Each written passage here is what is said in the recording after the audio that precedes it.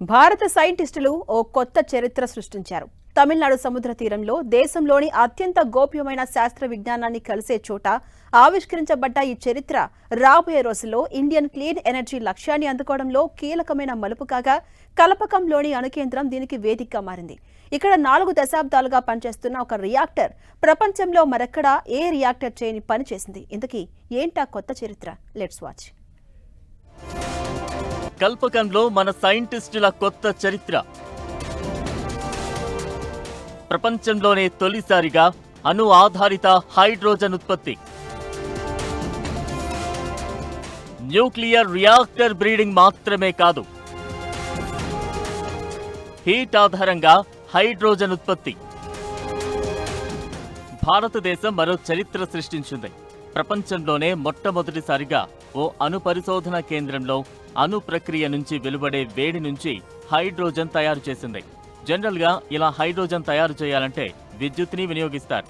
అయితే కల్పకంలోని ఇందిరాగాంధీ అణు పరిశోధన కేంద్రంలోని న్యూక్లియర్ రియాక్టర్లో బ్రీడింగ్ ద్వారా వెలువడుతున్న ఉష్ణోగ్రతనే ఓ సాధనంగా క్యాటలిస్ట్ గా వాడి హైడ్రోజన్ ని ఉత్పత్తి సాధించవచ్చని నిరూపించారు.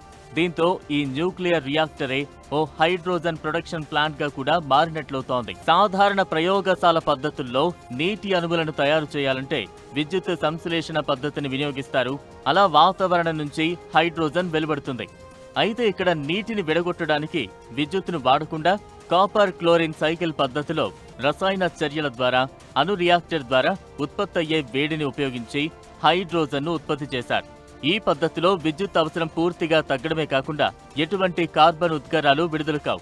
దీనివల్ల పర్యావరణానికి ఎంతో మేలు జరుగుతుంది. క్లీన్ ఎనర్జీ కోసం భారత్ భారీ లక్ష్యాలు పెట్టుకున్న వేళ కల్పకం సైంటిస్టులు సాధించిన ఈ ఘనత భారతదేశం సాధించిన అద్భుతమైన మైలురాళ్లలో ఒకటిగా చెబుతున్నారు. ఈ మధ్యనే కల్పకం రియాక్టర్లు బ్రీడింగ్ ప్రారంభించి యురేనియం, థోరియం ఉత్పత్తి చేస్తుండగా వాటితో అణు విద్యుత్తులో భారత్ భారీ ముందడుగు వేయగా ఇప్పుడు విద్యుత్ అవసరం లేకుండానే హైడ్రోజన్ తయారీతో రాబోయే రోజుల్లో రవాణా రంగం, క్లీన్ ఎనర్జీ రంగాల్లో భారీ మార్పులకు దోహదపడనుంది.